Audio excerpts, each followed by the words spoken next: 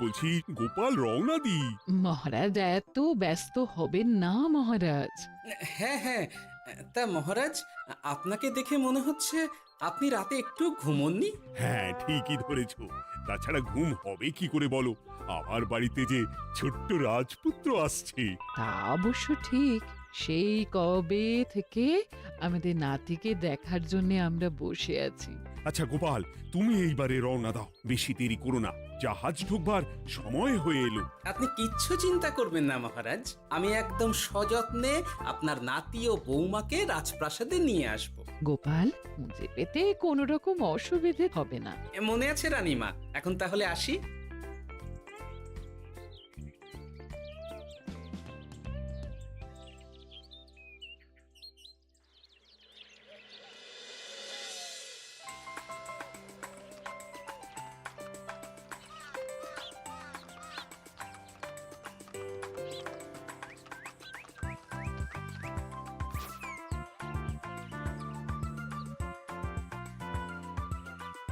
এসো এসো বৌমা এসো, আরে আমার নাতি বাবু যে। বৌমা, পথে আসতে কোনো কষ্ট হয়নি তো? এইটুকু পথ আসতে কোনো রকম কষ্ট হয়নি মা। গোপাল কাকা এত ভালো যে কি বলবো। যাক যাক, গোপাল তাহলে আরো একবার আমার মান রাখলো। যতদিন গোপালের ধরে থাকবে তার প্রাণ, সে ততদিন মহারাজের রাখবে যে মান। হ্যাঁ মহারাজ, আমি থাকতে আপনি একদম চিন্তা করবেন না মহারাজ। বেশ বেশ বেশ। আমি তাহলে এখন আসি, কেমন? আরে আরে, কোথায় যাচ্ছ গোপাল?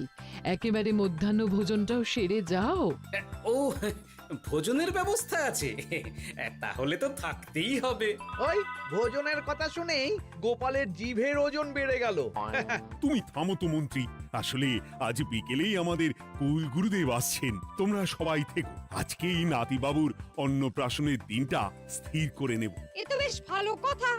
বেশ তাহলে, বেশ ভালোই হলো। রোজ বাড়িতে খেতে খেতে জিভে একেবারে চড় পড়ে গিয়েছিল।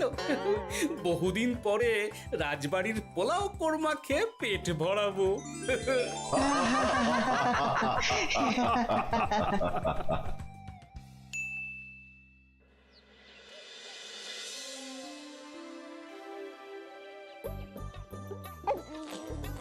বাহ, তোদের নাতির তো ঢের উন্নতি হবে রে, খুব প্রতিপত্তি হবে, নাম যশ সব হবে, কোনো চিন্তা নেই। গুরুদেব, নাতির শরীর স্বাস্থ্য ভালো থাকবে তো? দেখ, এমনিতে খুব একটা কিছু অসুবিধা তো দেখছি না, তবে হ্যাঁ, সম্প্রতি একটা বড় সড়ো ঝড় বয়ে যাবে দেখা যাচ্ছে। কি সর্বনাশ গুরুদেব, এসব কি বলছেন, কথাটা কি সত্যি? আমি মিথ্যা বলি না, যা দেখলাম, ঈশ্বর আমাকে দিয়ে যা বলালেন তাই বললাম। তাহলে কি হবে গুরুদেব? এই বিপদ এড়াবার কি কোনো উপায় নেই গুরুদেব? ওরে, তোরা আমার পুরো কথাটা শোন, কথার মাঝেই যদি এত প্রশ্ন করতে থাকিস তাহলে আমি কিভাবে আমার কথাটা শেষ করব? হ্যাঁ, ক্ষমা করুন গুরুদেব, আপনি বলুন বলুন। শোন, ওর কপালে ঝড় থাকলেও সে ঝড় ঠিক কেটে যাবে, চিন্তা করিস না, ভগবান আছেন, উনি বিপদ ঠিকই কাটিয়ে দেবেন। যখন বিপদ চরম সীমায় পৌঁছে যায় তখন ঈশ্বর নিজে এসে আমাদের বিপদ মুক্ত করেন। সত্যি গুরুদেব, ঈশ্বর নিজে আসেন? হ্যাঁ, নিজে আসেন। জয় গুরুদেবের জয়। গুরুদেব, এইবারে তাহলে আপনি একটা শুভ দিন বলে দিন, নাতি বাবুর অন্নপ্রাশনটা ধুমধাম করে দিতে হবে তো। আজকের পর থেকে ঠিক 3 দিন বাদে একটা খুব ভালো দিন আছে, ওই দিন তাহলে অন্নপ্রাশনের ব্যবস্থা কর। বেশ বেশ, তবে তাই হবে গুরুদেব, তাই হবে। গোপাল, তাহলে সব কিছুর বন্দোবস্ত করা শুরু করো। সে আর বলতে রানীমা, আমি আগামীকাল থেকেই একদম জোর কদমে মাঠে নেমে পড়বো। হ্যাঁ রানীমা, আমি কোনো দায়িত্ব নেব নাকি? না থাক, যদি প্রয়োজন হয় তুমি গোপালকে সাহায্য করো।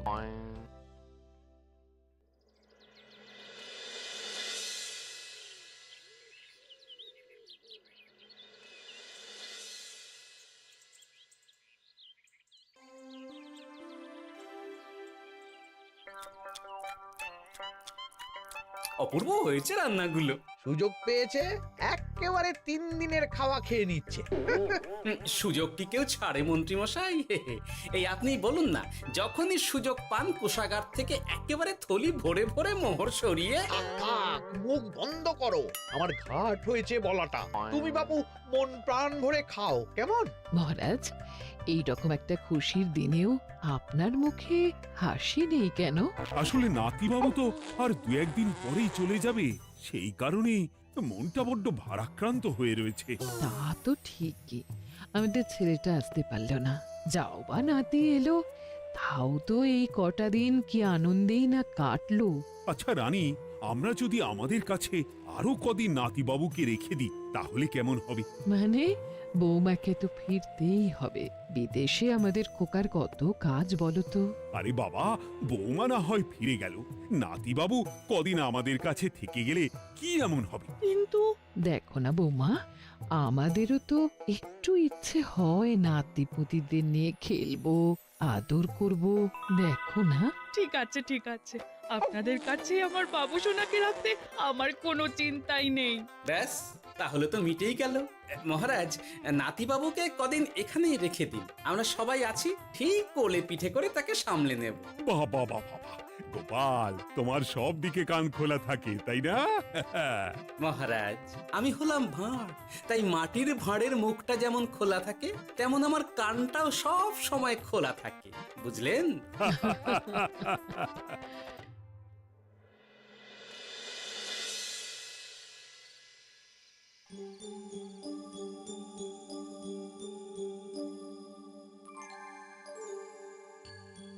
কি ব্যাপার মহারাজ, আপনি এখনো শোননি কেন? শরীর খারাপ করছে নাকি? না রানী, একটা কথা খুব ভাবাচ্ছে বুঝলে। কি কথা মহারাজ? এই যে সেদিন গুরুদেব বললেন না, যখন গভীর বিপদ আসে তখন ঈশ্বর নিজে আসেন বিপদে মোকাবিলা করার জন্য। হ্যাঁ মহারাজ, বললেন তো। আচ্ছা, ঈশ্বর কি বিপদে সত্যি নিজে আসেন? কিন্তু তিনি নিজে তো বিশাল শক্তিধর, ক্ষমতাবান, তাহলে তিনি নিজে না এসে অন্য কাউকে পরিস্থিতির মোকাবিলা করতে পাঠান না কেন? মহারাজ, ঈশ্বর কখনো কখনো নিজেই হয়তো আসেন, অথবা কখনো কারো দ্বারা বিপদ খণ্ডন করেন। ব্যাপারটা খুবই সহজ মহারাজ। না না, কিন্তু আমার মনে হয়। মহারাজ, আপনার কি মনে হয় আমি জানি না, তবে আমার যা মনে হয় আপনাকে বলেছি। আগামীকাল একবার সভাসদদের প্রশ্নটা করতে হবে, দেখি তারা কি বলে। আগামীকাল সকালে আবার বৌমা ফিরে যাবে।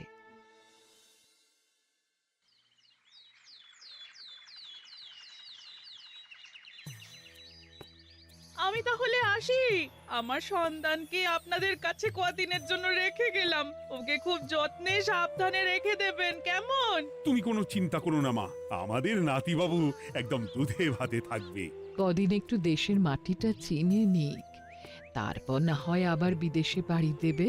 এই বলো সোনা।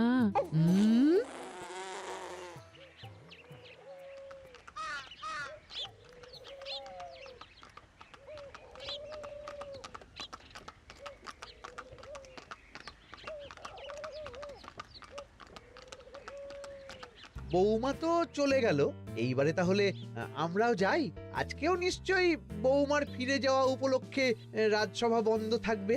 ভুলেও এই সব কথা ভেবো না মন্ত্রী, চলো এইবারে সবাই রাজসভায় চলো, তোমাদেরকে একটা খুবই গুরুত্বপূর্ণ প্রশ্ন করব। সেরেছে, মহারাজ আবার কি প্রশ্ন করবেন ভগবান জানে। সবাই রাজসভায় এসো।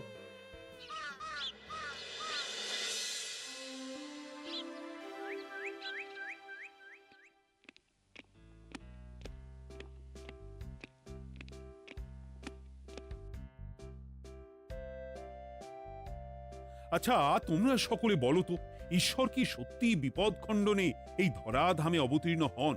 আচ্ছা, তাই যদি হয় তাহলে ঈশ্বর নিজে না এসে তার প্রতিনিধি হিসেবে অন্য কাউকে বিপদ খণ্ডন করতে পাঠান না কেন? হ্যাঁ হ্যাঁ, ঠিকই তো। কেন কেন, ঈশ্বর তো মহাশক্তিধর, উনি চাইলেই যা খুশি তাই করতে পারেন। মহারাজ, আমাদের যেমন ইচ্ছে হলে আমরা খাই দাই ঘুমাই ঘুরে বেড়াই, ঠিক সেই রকম ঈশ্বরেরও ইচ্ছা হয় নিজে নেমে এসে জগতের কল্যাণ করার। না না না, আমি কিন্তু আমার প্রশ্নের যথাযথ উত্তর পেলাম না। এই গোপাল, তুমি কিছু বলো না, একদম মুখে কুলুপ দিয়ে বসে আছো কেন? হ্যাঁ, না মহারাজ, মুখে কুলুপ দিয়ে নেই, আসলে খিদেতে পেটে ছুঁচো দৌড় দিচ্ছে। বেশি কথা বললে খাটনি হবে, আরো খিদে বাড়বে, তাই চুপ করে আছি আর কি। ইস, শুধু খাওয়া আর খাওয়া, সব সময় শুধু খাওয়ার চিন্তা। গোপাল, ছি, লজ্জা করে না? এমন একটা গুরুত্বপূর্ণ সময়ে তুমি আমার প্রশ্নের উত্তর না দিয়ে মনে মনে খাবারের কথা ভাবছো। আসলে মহারাজ, ওই না খেলে যে মাথাটা কাজ করে না, পেটে খিদে মুখে লাজ, এমন করলে তো মগজটাই পুরো ঘেঁটে ঘ হয়ে যাবে মহারাজ।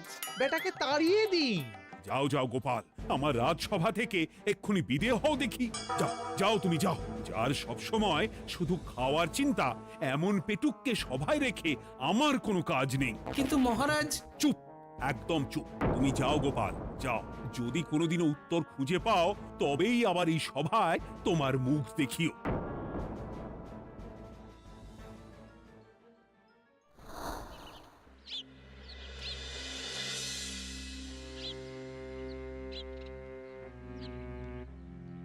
মহারাজ যে এমন সামান্য কারণে আমায় রাজসভা থেকে বার করে দেবেন ভাবতেও পারিনি। এখন কি যে করি, একে তো মাসের শেষ, সংসারে তুমুল টানাটানি। এক কাজ করি বরং, গিন্নিকে নিয়ে কদিন শ্বশুর বাড়ি চলে যায়, কদিন পায়ের উপরে পা তুলে আরাম করে আয়েশ করে দিন কাটাবো। হ্যাঁ, তাই করি।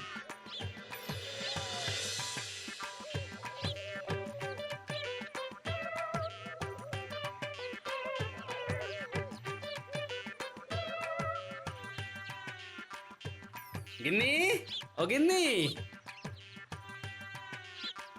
বলছি কি, ওই শিগগিরই তল্পি তল্পা গুছিয়ে তোমার বাপের বাড়ি চলো। এই কটা দিনের জন্য দুজনে ঘুরে আসি, বুঝলে? কি ব্যাপার? তোমার হঠাৎ করে আমার বাপের বাড়ি যাবার হিড়িক কেন?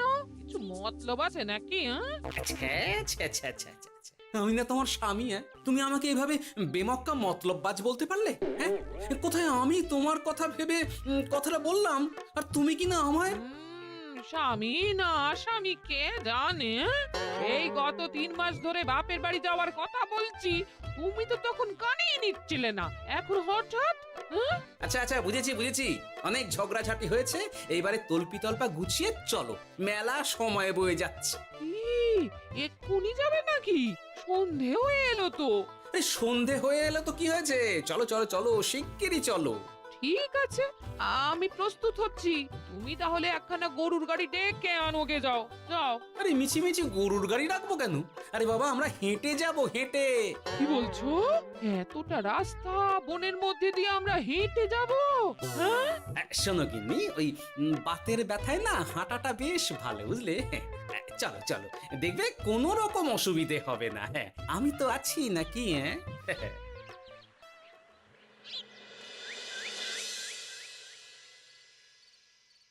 বাবা, হ্যাঁ, বনটা বেশ ঘন। বলি, এই সময়ে এই বনের মধ্যে দিয়ে কেউ হেঁটে যায়? মেলা গজগজ না করে চুপচাপ এসো দেখি। ও মা গো, বাবা গো, বাবা গো, কি লাগাটাই না লাগলো গো। আরে, তোমার থেকে আমার বেশি লেগেছে, যাখানা ধাক্কা মারলে। কি করবো? গিন্নি আমায় ধাক্কা মেরে ফেললো বটে, কিন্তু আজ আমি মহারাজের প্রশ্নের যথাযথ উত্তর পেয়ে গেলাম। বেড়াল ছানাটিকে বাঁচাতে কোনো কিছু না ভেবেই কিভাবে বেড়ালটা ওই বাঘা কুকুরটার দিকে তেড়ে গেল। হ্যাঁ, তার মানে বিপদে পড়লে সন্তানকে বাঁচাতে না, আমাকে এক্ষুনি একবার রাজপ্রাসাদে যেতে হবে, রানীমার সঙ্গে কথা বলতে হবে। আরে আরে আরে আরে, ওদিকে কোথায় চললে গো? ওদিকে তো তোমার শ্বশুর বাড়ি নয়? আরে বাবা, আমার নয়, তোমার শ্বশুর বাড়ির দিকেই আবার যাচ্ছি, বুঝলে? তার মানে আমরা আর যাবো না? না না, পরে যাব, তাড়াতাড়ি এসো দেখিনি। এ কি রে বাবা, লোকটার মাথাটা কি গেছে নাকি? কখন যে কি করছে নিজেরই ঠিক নেই, যত সব।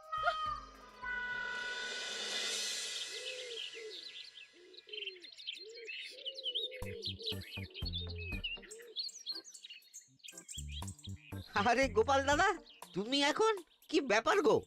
আমি একটু রানিমার সঙ্গে দেখা করতে চাই, খুব দরকার। কিন্তু এখন তো সকলে ঘুমাচ্ছে, তাই আমি তো এখন তোমাকে ঢুকতে দিতে পারবো না। আরে অযথা কথা না বলে পথ ছাড়ো, ভিতরে ঢুকতে দাও। গোপাল দাদা, তুমি এই সময় ওই ঢোকার জন্য অহেতুক জেদ করো না। তাছাড়া আমি যতদূর জানি তোমায় তো মহারাজ তাড়িয়ে দিয়েছিলেন, তাহলে আবার বহাল হব, চিন্তা করো না। দয়া করে এখন ঢুকতে দাও। গোপাল দাদা। আহ পেয়াদা, এই এই কি ব্যাপার? এত হইচই কিসের? কি হয়েছে? রানীমা, আমি আপনার সঙ্গে একটু কথা বলতে চাই, বিশেষ দরকার আছে। এসো এসো, ভেতরে এসো। তাহলে মহারাজকে তোমার পরিকল্পনা মতো বাইরে নিয়ে যেতে পারলেই উনি ওনার প্রশ্নের উপযুক্ত জবাব পেয়ে যাবেন, বলছো? সে ব্যাপারে আপনি 100% নিশ্চিত থাকুন রানীমা। এখন আপনি শুধু আমার পরিকল্পনা অনুযায়ী মহারাজকে নৌকা বিহারে যেতে রাজি করান। তারপর কি হয় সেটা আপনি নিজেই সচক্ষে প্রমাণ পেয়ে যাবেন। তোমার উপরে আমার অগাধ আস্থা গোপাল। ঠিক আছে, তুমি যেমনটা বললে ঠিক ওইভাবেই আমি নৌকা বিহারের ব্যবস্থা করছি। রানীমা, দেখবেন এই পরিকল্পনাটা যাতে কোনোভাবেই পাঁচকান না হয়, তাহলে কিন্তু সব ভেস্তে যাবে। নিশ্চিন্তে থাকো গোপাল, কিচ্ছু হবে না, নিশ্চিন্তে থাকো।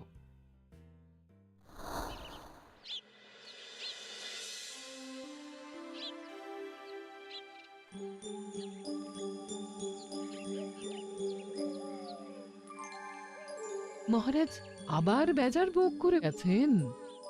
কি করব, আমি এখনো যে আমার প্রশ্নের উত্তর খুঁজে পাইনি। এইভাবে আপনি আর কতদিন মুখ ভার করে বসে থাকবেন শুনে? কি জানি, কিছুই আর ভালো লাগে না যে।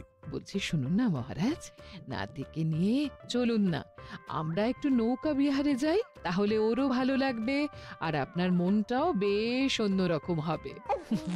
ঠিক আছে, তাহলে চলো একটু নৌকা বিহার করে আসি।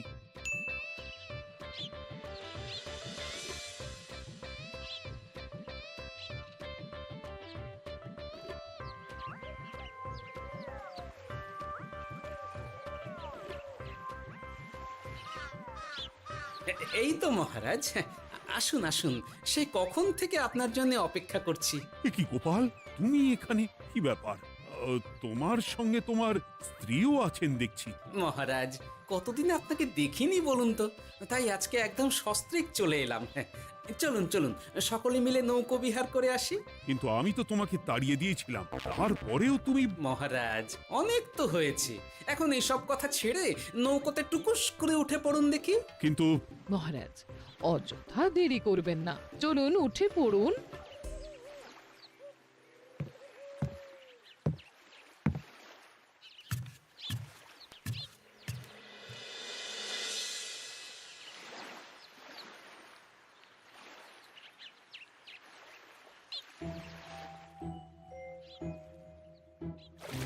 এ কি?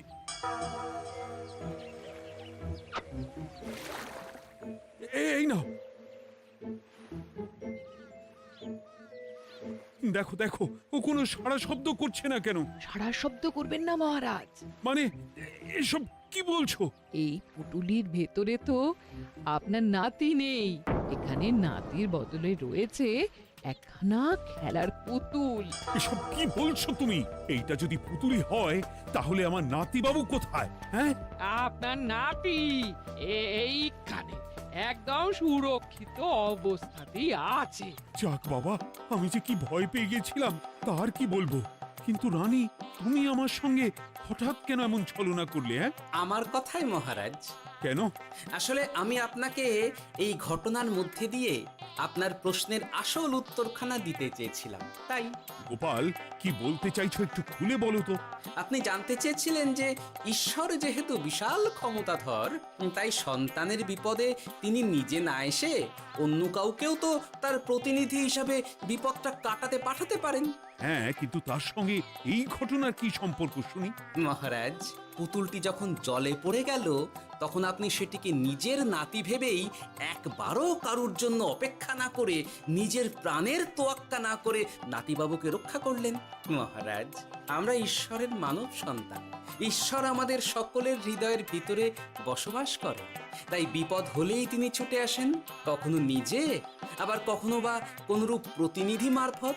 তাই ভবিষ্যতে আর কোনোদিনও ঈশ্বর সম্পর্কিত কোনরূপ সংশয় মনে রাখবেন না, কেমন? সাধু সাধু, ধন্য তোমার বুদ্ধি হে গোপাল। সত্যি যেভাবে তুমি একটা ঘটনার মধ্যে দিয়ে আমায় আমার প্রশ্নের উত্তরটা ব্যাখ্যা সমেত, তার কোনো তুলনা হয় না। তোমার যে আর কিভাবে প্রশংসা করব তাই ভাবছি। মহারাজ, আমার আর প্রশংসা না করে ওই পেট পুরে একটু ভালো মন্দ খাওয়ান তো দেখি, তাহলেই হবে, আর কিচ্ছু চাই না। আচ্ছা আচ্ছা, বেশ বেশ, তাই হবে। আগামী 7 দিন তোমার সস্ত্রীক সহ রাজবাড়িতে দুবেলা আহারের নিমন্ত্রণ থাকলো, কেমন? ব্যাস, আর কি চাই?